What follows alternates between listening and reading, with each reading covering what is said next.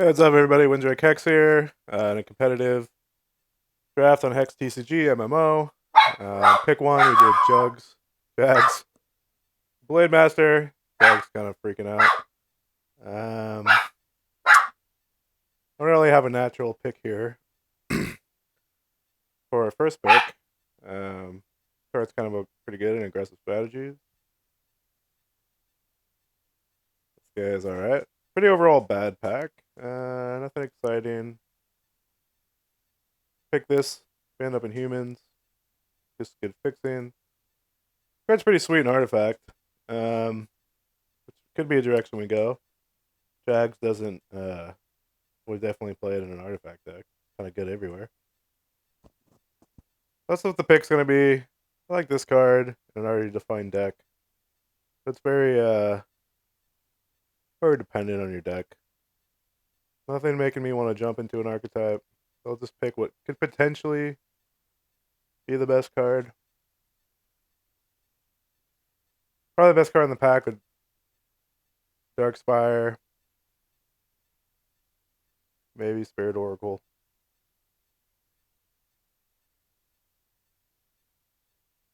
Nothing special here. We go humans. Get a Bastion. Very strong. I have an aversion to humans unless it's painfully open.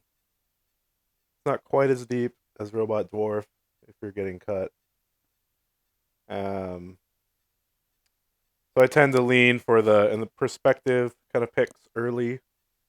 Tend to lean towards bots, though. Bastion is way more consistently good than Underground Overdriver is in their respective decks. Decent fixing. It's a good standalone card. I don't have a strong reason to be in Wild yet. It's not quite enough for me. So I'm gonna go Bastion. The reason I don't like taking Bastion here is because I do open myself up to the chance of just wasting picks. And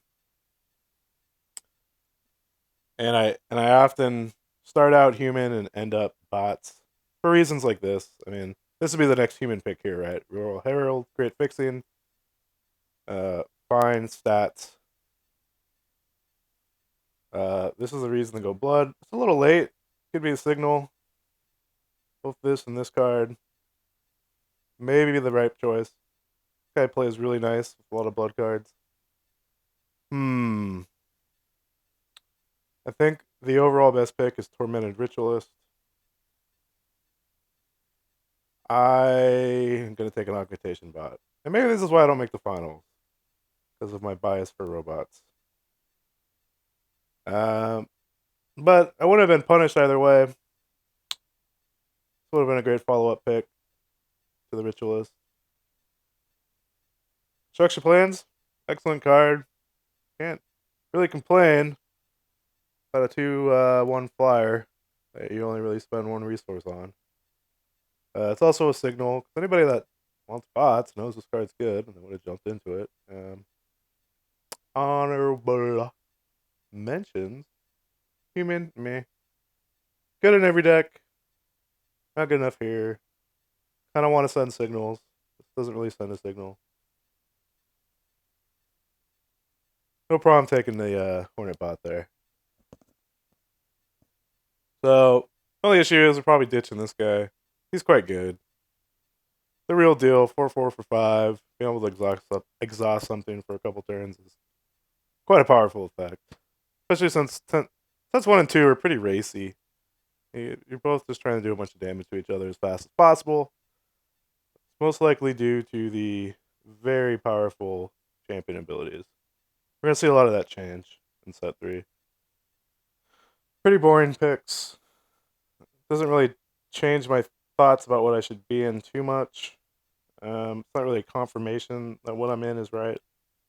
It's kind of an overall underwhelming pack. Armatron. Robots Matters. Looks like we're a Robots Matters deck. Don't really see anything else. So, hey, looks like blood robots would have been fine. Card's pretty insane. Don't want to pass these ever. I would love to be in Blood right now if I wasn't getting good robot cards. Can't really play both, unfortunately. They're too champion dependent. Because this card's really only good with one champion. Otherwise, it's a little underwhelming. But yeah. Take this first, and then hopefully that wheel, so we can use this to get back that. You guys know the drill. Alright, so we're getting rewarded. I've played bot artifact probably like 30 times in draft. And I've probably only drafted about 40 times. So the only critique I have of this deck, it's very powerful, is that, against the really hyper aggressive Benoshi type strategies, uh, the wild or blood champions can just really just stack on damage, and you don't have time to do all this. Like, you don't have time to take advantage of the resource savings you get. You're taking a tempo hit in order to just like play things cheaply that are powerful effects. So you end up losing in tempo. So these decks really do need to find ways of stabilizing early, and so you do that with decent, efficiently cost robots. And if you don't get those, your plan B is like the O4 for one, which is a fine card if you're more controlly an artifact robot. Though artifact robot does, lend itself towards more aggro mid range. Depends how many constructs you have, really, how many construction foremans. So we're not really seeing the goods in artifact dwarf. I just think we're seeing good enough. This guy would make the deck so far just because he's a cheap robot, and I am playing 3 constructs so far. So he's kind of like a resource dork. He's used for as more of a resource than he is a robot, a troop. Warbot Bunker's fine card. Get a 3/4 and buff your robots for 5. Not a bad deal. Hopefully our deck is good enough to cut it. This makes me believe that perhaps, even though I'm getting good solid robot cards, that there's an amazing, even better mono blood deck floating around. This is very late. I'll play the card that we might play. Hate the card because there's no other option. I mean, come on, you had multiple kill blades in your deck. That just means you get to play the game you want to play, and giving your blood opponent time to set up his board is a recipe in disaster. I want to hate this just to make somebody maybe think that blood isn't as open as it is, but it's silly. Fish Hands is a good sideboard card. It's too late to go in the blood, right? I mean, God. Makes me a little sad. Another fine blood card. This deck could be Jankbot. I've never actually went for J-Bot. I've seen it done on streams and stuff. I don't really like those kind of strategies. I mean, I see the validity. I'm definitely so far could totally go in the jank.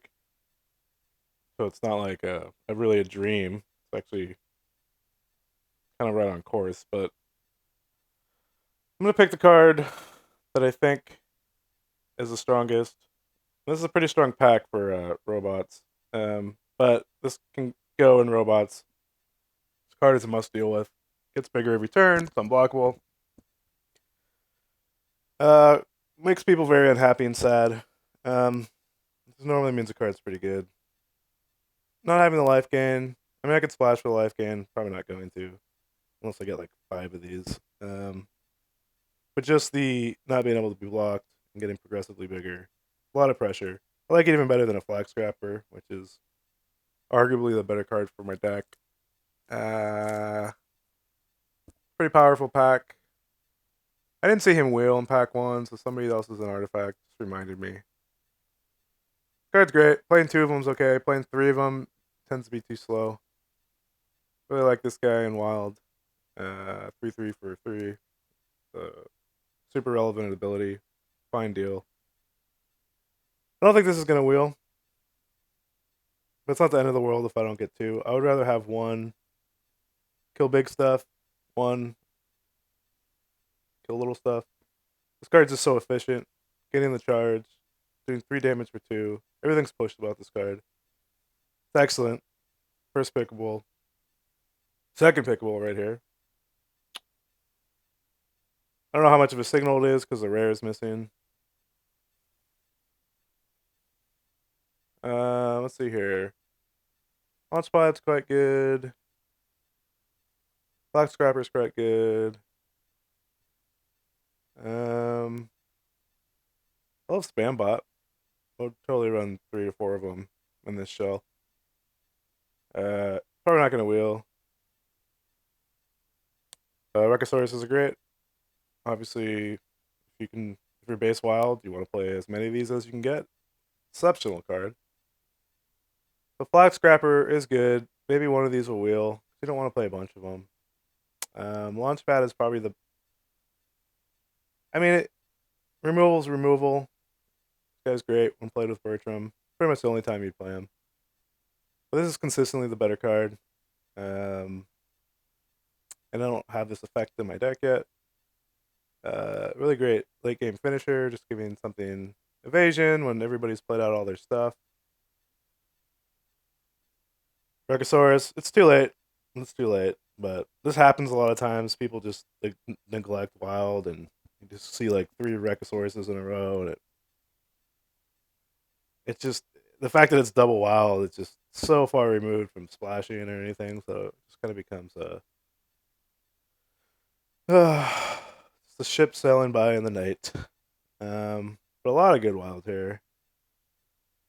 And some good humans. Humans is cut on my right, so I'm feeding somebody humans right now. Which is fine. I want to be in bots. I mean, we're all respecting each other's signals, so that's how it should be. Reactive bot's the only card here my deck wants. And that's what we're going to pick.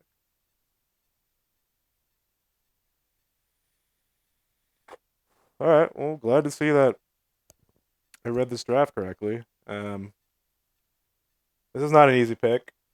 I'm going to go ahead and assume that one of these 4 cards is going to wheel. There's another exceptional wild card. Or a blood card. I really want 2 of these. I want cheap robots to get out my constructs. This kind of serves the same purpose and is a way better card. Being able to give one of my worker bots, make it turn into a 3/3 is quite good. I want to bank and see that I'm going to wheel one of these. And if something else was going to be runner-up for what's going to wheel, probably going to be Construction Plans Corner Bot. This won't wheel because it's good in every deck. But I don't want to risk not getting this. So, welcome to the deck. This pack is bad enough that I could hate. Like I said, Mono Blood is obviously the deck that is probably best. It depends how good pack 3 is. If I get a bunch of Terrabots and Warhulks, but the problem is this deck arch nemesis is the Mono Blood deck because it's just too quick. I would rather hate not the remote chance that I ever play against this card. The fact that there's going to be one less that I could possibly play is worth it to me than this card that pretty much never makes the deck. So I don't like hate drafting, but I think it's fine here. I don't really need. This is an honorary mention because I may want to splash for my Herald, but I get lifelink. So maybe that was a little too greedy. Again, you kind of get if robots is sufficiently open, you kind of get as many of these as you want. But you don't always get a whole lot of these, and being able to just curve out gives you a way better consistency playing robots. If you're like on the top end heavy construction plans type dependent deck, then you do lose some games to like resource inconsistencies and your opponent just being super fast. It's not like build robots win every draft, but one way to get there is to set up to get just explosive starts, and you get explosive starts with Formans, which is super good. It plays so nice with your champion ability. This card here, I think every robot deck needs an overdriver. I really do want to focus my deck on 2s and 1s early as much to make my constructs overpowered. It's not going to wheel because it's good in a lot of decks. It might. Some people don't think of it as highly as I do. I just think he's great. But I'm going to play one overdriver. It's a great finisher. Kind of wish. No, because I wouldn't have picked overdriver here. Kind of wish I picked. I was going to say I wish I would pick differently, but Flag Scrapper is great. As you can see, obviously, Artifacts is open. I don't know if this is because I cut it well pack 1 or just nobody wants it. It's not the end all be all of decks. It's still my favorite archetype. I think it's great. I think it's more consistent than the Mono Blood, and it's more draftable than humans. Doesn't mean it's gonna win every time. And I've been in drafts where it seemed as open as this, and I just didn't see a single Terrabot or Warhulk, and then like I play two guys in Bertram. Like I'm like, where were you guys? What were you picking? Pack 1 and 2. Like it's a weird archetype. It's hard to really peg down when it's completely open. I mean, it's pretty safe now considering how many things have been passed to me, but I can hate this. I can hate this. That's more of a can't deal with card when it gets the right shard combos. Um, 2 Flag Scrappers, cool. So we're on the aggressive side. We've got a good curve. Pretty much been picking nothing but playables. A lot of my cards play really good with Jegs. Possibly get more inspired stuff in this next pack. Good news is, pack 3, if you don't get the Hulks, um, here's a good time to hate draft. This card is an excellent sideboard against artifacts. Pretty cool. I wonder if it's even constructed playable in the sideboard. Probably too clunky, but it's a nice card. So we're cruising away, doing our thing. Deck's already good enough to win the first game. Yeah, good. So that wheeled. That kind of went what as predicted, as it should. I mean, it's a artifact dependent deck or artifact dwarf dependent card. I don't mind playing 3 if I get enough low drops, so I can just keep ramping them out and keep the pressure on my opponent. Now it's not always possible, as you may see in game 1 when I do play that amazing mono blood deck that I passed. Just can't catch up. But really, no reason to complain. This card, pick 2, is the prophecy pick. Definitely pretty grateful. Do we get a money rare? Nope. If it is a money rare, I am not aware of it. I don't really want to look it up. I don't really like looking things up when I'm recording. I'm always worried I'm gonna press the wrong hotkey and it's gonna stop the recording. But if that's worth like $20, which I don't think it is, it's gonna make me sad. I just don't like knowing. I don't like not knowing. It's a bad, not really that exciting. This guy's a great finisher, I think. Well, we are pretty aggressive, so he's a pretty good finisher. I'm just such a huge fan of this card, especially when playing a lot of constructs because he's cheap. He normally finds a target, and he can be when he's ineffective, he can be used as ramp for your constructs. We're not super well, we're playing 4. A good number of constructs, honestly. Um, so yeah, we'll pick you. Yeah, I'd like to see a Terrabot in this pack. Could be the easy natural next pick, but this card's busted. They don't want to make things fly. Just for casting them, it's a pretty powerful ability. This also eats removal, which is kind of an indirect benefit of this card that doesn't really do anything by itself. You may not even have stuff to cast. Your opponent has to deal with it just out of pure threat of activation. So I like this card a lot. I've definitely sat there and just felt like it wasn't fair. I'm just, opponent did his best to stabilize. He used his removal wisely, everything. And then I top decked this guy, and then top decked another creature, and then top decked another creature, and then I won the game. It's a very like powerful effect. Um, so that's why I'm gonna pick it. See what I mean? I don't see any any artifacts. This happens a lot. I don't know if it has something to do with the print runs, but you'd expect to see. I mean, Terabot's common, Warhulk's common. I don't get it. Could have crushed me last night. It became a 6/6 spell shield. Just mean, man. Like this guy a lot. He's good enough to make. This card's okay if I have Terabots, but this card's good enough to make the deck as is. Yeah. I mean, Rage and Swift Strike is a fearsome combo. So as you can tell, still not seeing anything to make me really happy about. I mean, should be the payoff, right? If Artifacts was as open as it looked, it should be getting Terabots and all that kind of stuff. But could mean somebody's hating them. People do that a lot, really too much, because a lot of streamers hate draft, and everyone thinks that's the best way to play. I think it's horrible to hate draft, but maybe just a dissenting opinion. Not that a lot of streamers are exceptional drafters. Just I see it way, way, way too much. Cheap, ramps out, our constructs, possibly gains me a card. Probably the best thing for a deck.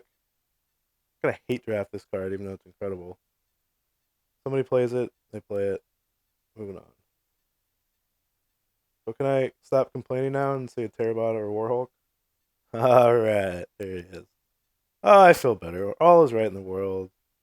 It wasn't you guys hate drafting. It was just a print run. Now I'm gonna see Terabots and Warhulks and everything's gonna be fine. I don't have to tilt. What I already mentioned is this. Our removal is not as great. We got an unusually low amount of these, so these didn't will. Good thing to note. So there's another artifact drafter. Kinda, or somebody probably hated it. I mean, come on. You didn't have a pick, of course you're gonna hate that card. I mean, it's gonna be so good in somebody's deck, right? Just anything in your deck just dies to it. So that's why I didn't get any back. People were hate drafting. Makes sense. That being said, I'm gonna take the 5/5 for 5.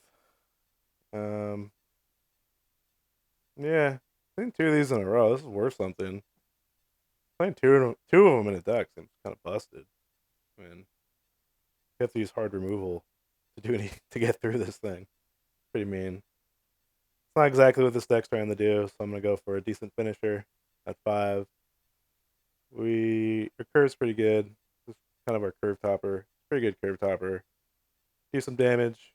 Finish the game with this guy. Very nice. Yeah, well, natural pick. That makes the deck too, but Mantower? Mantower is pretty sweet. It really is. Especially with our kind of aggressive deck. I'm just turning my 1/1s into what? 2/1s. And it's an artifact. That's something to note. Yeah, I mean, these cards are great, but I've already kind of filled this role. This is definitely a unique effect that's going to make everything in my deck better. I like it. You don't normally see that card that late. Black Scrapper, we got a second finisher. This guy should be good. Nobody plays him. It says unblockable. I mean, that's just gonna put even in a 2020 game, it's gonna put your opponent on a 4-turn clock. That's pretty fast. Black Scrapper's the pick here. We don't have any Terabots. The other guy that kind of messed around with robots got them. So this is kind of can't say this is a bad pack for you. I got some good cards, but this is Hex. There's a ton of good cards. So yeah, Blood Servant. I don't even know. I want to say this guy's actually pretty good. Dedicated Blood. So is this guy. Nobody ever plays him, but there's not a whole lot of things that swing for 5 cost. It's a very powerful effect. This guy doesn't need the block. If you're having a block, you're probably making a mistake. Or you're losing. I guess it's not good when you're behind, so not that great of a card. Could hate something. I really would rather have the 4/2. I guess I'm gonna pick that. Probably not gonna make the deck, but maybe he will. You're 4/5. Not gonna bring anything back, but you're 4/5. About what we get in robots. There's the uncommon 6/4 for the 4. He's a 4/5, but he's got crush, and you can pump him up. Very good card. But we got finishers in this deck. All's not lost. Uh, Good old exhausted Jesus, whatever. I don't know, whatever. Maybe we'll play 2. Doubt it. Um, I feel like this kind of draft similar to the one I did last night, where I played the other bot guy game 1, but I was on the better end. I think he was on my left. I think I'm on the right of the guy that's gonna have the better robot deck. So be it. This card's not really that good. I always hate it. I'm gonna hate it again. Powerful effect potentially. I like this guy. I've only seen it cast once. I mean, it's like definitely a Hearthstone card, right? But it could totally win you the game if you win the coin flip. What do you do? I don't know. I'm just gonna pick you because you're my color. Yep. Good filler card for Shinhair. And some X-Bots. I don't really know what to think of X-Bots. Probably better than I give them credit for. I don't like paying 4 resources for a 2/2. Like, ever. For an effect that's conditional, that I have no control over. I don't like it. I don't like it. I'm not going to play it. Might play it. I do have a augmentation bot. So I might want more robots than normal. So I got Jags. Jags and a bunch of bots.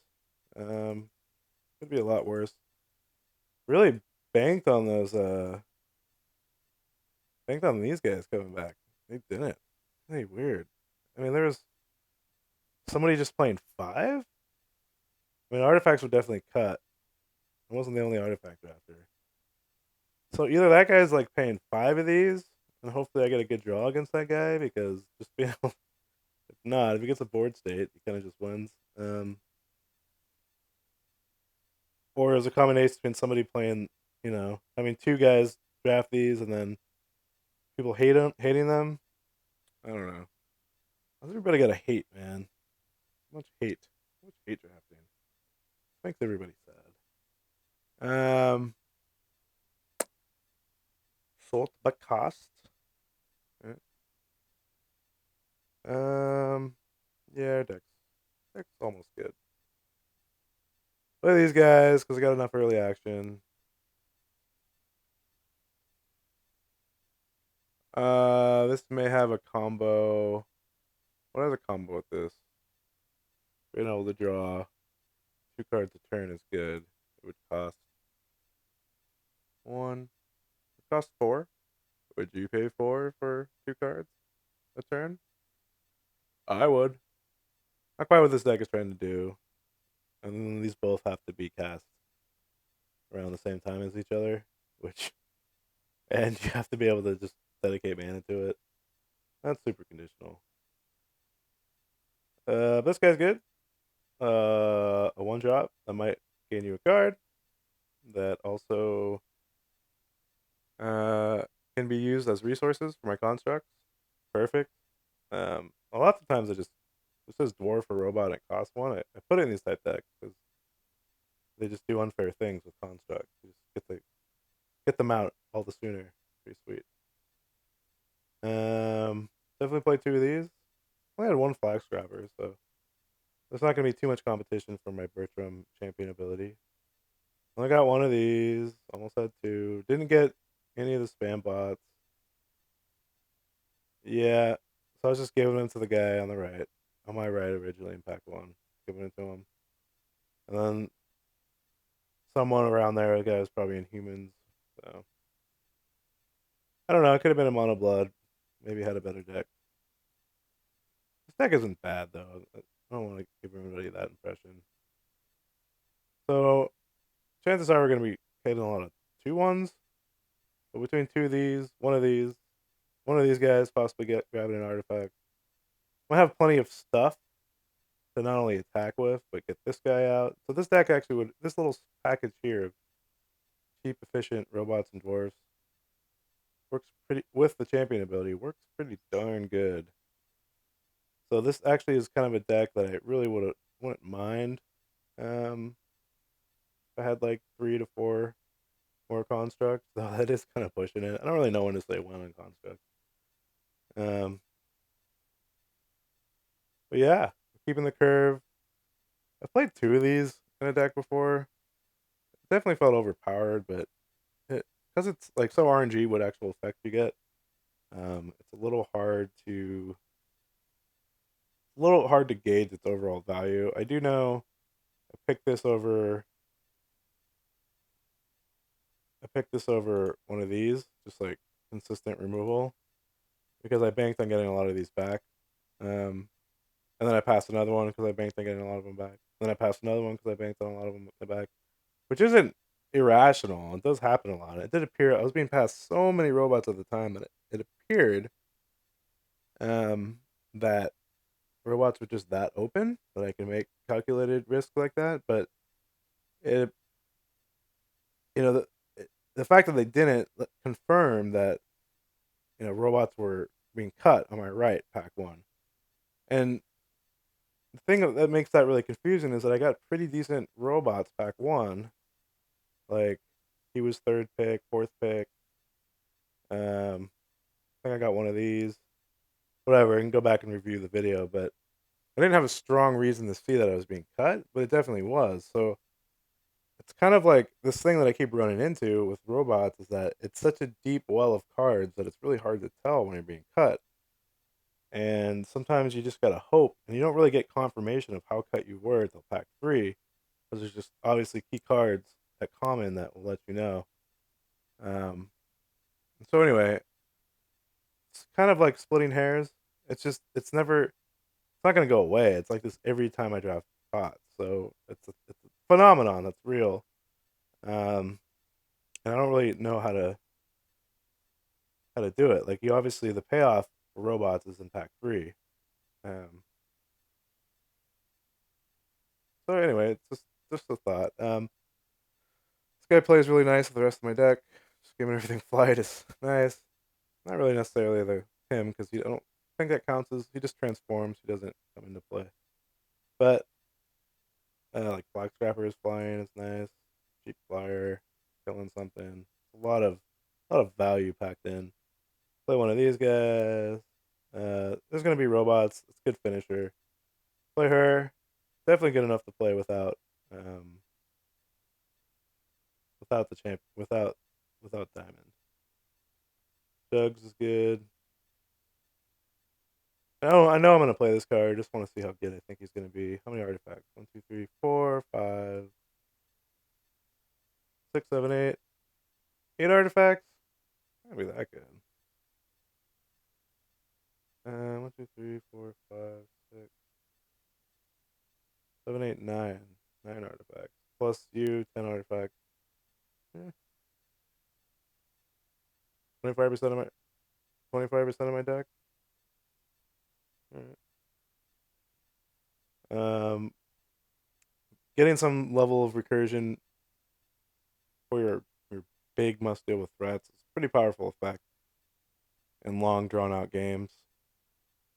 Like I'm really happy you don't have to play against Grave Call again because the card is so efficient. Like one cost bring something back is is legit. Like paying 3 or 4, like if you have to dedicate the majority of your turn to that effect, it's pretty huge tempo loss. But the fact that you can grab something and play it is pretty legit. Now how that compares to a card like put all artifacts in your graveyard into your hand. How this compares? Now this is a fair deal at 4, but I would rather have a Gravecaller for artifacts in this deck because there's normally only one thing I want to bring back, and I want to play at the same turn so I can keep my tempo, retain as much as my tempo as I possibly can. I mean, this is good like as the last card in your hand after you've been trading off a lot, but that doesn't always happen. Robots tends to create stally boards where one thing's attacking if it can. I don't know, but it looks like I didn't have to make any tough decisions. I'll bring this in longer games the card advantage really is real, but for the most part, like you don't get excited about seeing in your opening hand. Like it's not even good till turn 6 or 7, really, because you're playing stuff. You want to be proactive. You want to be actively winning the game. Whereas this helps you get back in the game or win long grindy games. Like card advantage is very real, but Hex is so fast. At least set 1 and 2 with these like amazing champions that you don't really have time to draw cards, man. Don't have the time. Someone's swinging with like a whole board that just got buffed, and you know, swinging for like 17 points of damage on like turn 5. I mean, it's like, man, it's not. It's rough out here for drawing cards. Bertram, for those of you that are brand new, basic 3-shot, create a worker bot and put it into play. This is the key engine for robots, and I'll show you why. So that 1/1 worker bot, it can't attack, right? So sounds like a horrible thing. Well, and in actuality, if that's all it did, it's actually pretty sweet because what it does is give you chumps so that your aggressive things can attack. You don't have to worry about.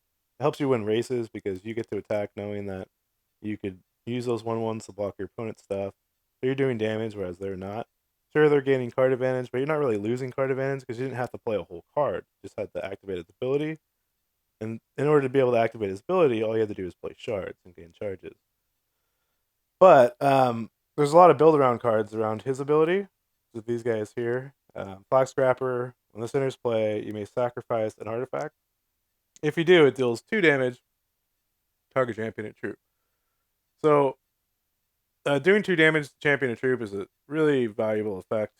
And being able to do that basically for free, because all you're doing is sacking something that didn't really cost you anything, um, is a great gain in resource.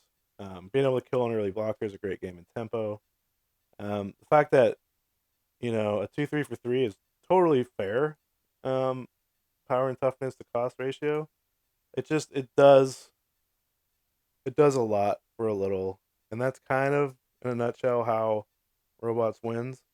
Another way is this guy here. So he's not great in every deck, right? Give robots +X+X, but those are permanent counters. So if you play him, if you tunnel him, he comes up when you have a fresh reset mana or shards. So you have like 5, 6 shards. Well, there's not too many board states where if you were to give something +6/+6 and attack with it, that's not going to be the biggest baddest thing and probably win you the game. There's also, and if your robot happens to be evasive, it typically does just win you the game right then and there. So that's a very key card.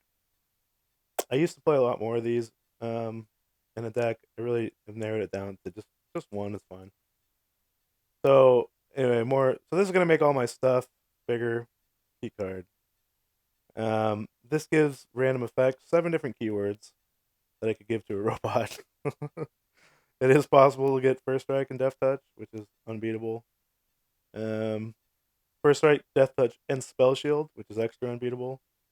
Granted, you're rolling the dice every time. It's up to the random number generator to what you actually get. So you can't really rely on it, but that's a powerful enough effect. He's durable, so he just sits back and tests fate for you and see how big you can make a thing. Guy cares about robots, +1/+1. And it's a three cost troop. So it's 3 power and toughness for 3. So anyway, all these cards are kind of overpowered in their own right, but they're dependent on you building a deck around them. So that's what makes it balanced and fair. So robots tries to um, build on those conditions so they can take advantage of the push cards. Anyway, Crackling Bolt, gain a charge, helps you get more stuff so you can ramp out more stuff. I mean, more of your champion abilities so that you can ramp out more worker bots so that you can use them for constructs, stuff like that. And it just deals 3 damage to target the champion or troop. So having that versatility is great. It's a basic action, so you can only do it on your turn, so it's not as sneaky. But it only costs 2. So being able to do 3 damage for 2 resource investment is a fine deal. This guy pings 1. What I mean by ping, as I said, it deals 1 damage to target troop. It just does 1 kind of incidentally. It's not like you do it once. I guess ping isn't really the right word. It's just kind of like a way of expressing. It doesn't do a whole lot. It's just this little thing, but So when it does kill something, you feel like you're totally winning. It's a really good feeling because I guess the downside is if it can't, it's just a 1/1 for 2. But in this deck, it's just saying Dwarf Mage makes it quite good because this can use dwarfs and robots to he can exhaust those to meet his condition of coming into play, which is getting a total of 5 counters. So you add those counters by exhausting robots or dwarves, which happens a lot because your deck is full of robots and dwarves, and then Bertram can make a robot. So all that combined, normally like you play this on 3, tap all your stuff, and then you have a 5/5 for 5 crush on turn 5. Yada yada yada. So that's powerful effects, a little bit of investment, heavily dependent on synergy. We should probably create a mana base. Probably everybody's ready to play at this point. And this card's still good enough to play. I'm not gonna play nine Sapphire just because I do have way more Ruby cards. And it's enough to satisfy all my Sapphire needs. Plus, you don't even want to. I don't even want to play this on turn 4. I'd probably want to play them a lot later. So let's get our Ruby on, and now let's get our Sapphire on. 9/8, total 17, 40 cards. Save and continue. All right, so it's a basic explanation. I'm trying to tailor these videos more towards newer players. I know I started off the draft kind of like speaking like I was, you know, talking to myself, like what made sense to myself. So maybe I need to like stop and explain things better because it's built on a lot of assumptions of things that I've already know, and that's not helping anybody if you don't if it's the first time you're hearing those things. So anyway, I can stop and pause and think about it and reevaluate. And there's a lot more. It is live commentary, so it's a little difficult. Um, Sometimes because you're up against the clock, you don't always have time to explain. But I can take more time during the deck building phase. So again, let's talk a little more about Gearsmith. Gearsmith is great in this archetype. Um, Even if you ignore all this text, it says for 1 resource you get a dwarf. So now remember, dwarfs are used as resource, kind of like a proxy resource for our constructs. Um, so so that's just great right there. Getting something that can attack and block and help you cast your other stuff is really important. Um, but obviously, it's not quite good enough. I mean, that makes me happy in and of itself that it can do that. The fact that it's going to gain me a card, an artifact, and make that artifact cheaper, really powerful effect. You can sometimes cast these for free, and cast this for 1. Just good stuff. You can cast this for 1. Cast him for 2. Get that out for 2. Just whenever you can do more for less, tends to be good in Hex. Um, someone looks like maybe someone like disconnected. Hopefully, I get a round 1 buy. No, it's not good. Good viewing, but just knowing you get those 2 packs, man, it makes game 2 so much easier. Um. So anyway, I think I'm gonna end the video here. Probably just gonna be watching this clock for the next 3 minutes. Anyway, hope you enjoyed it.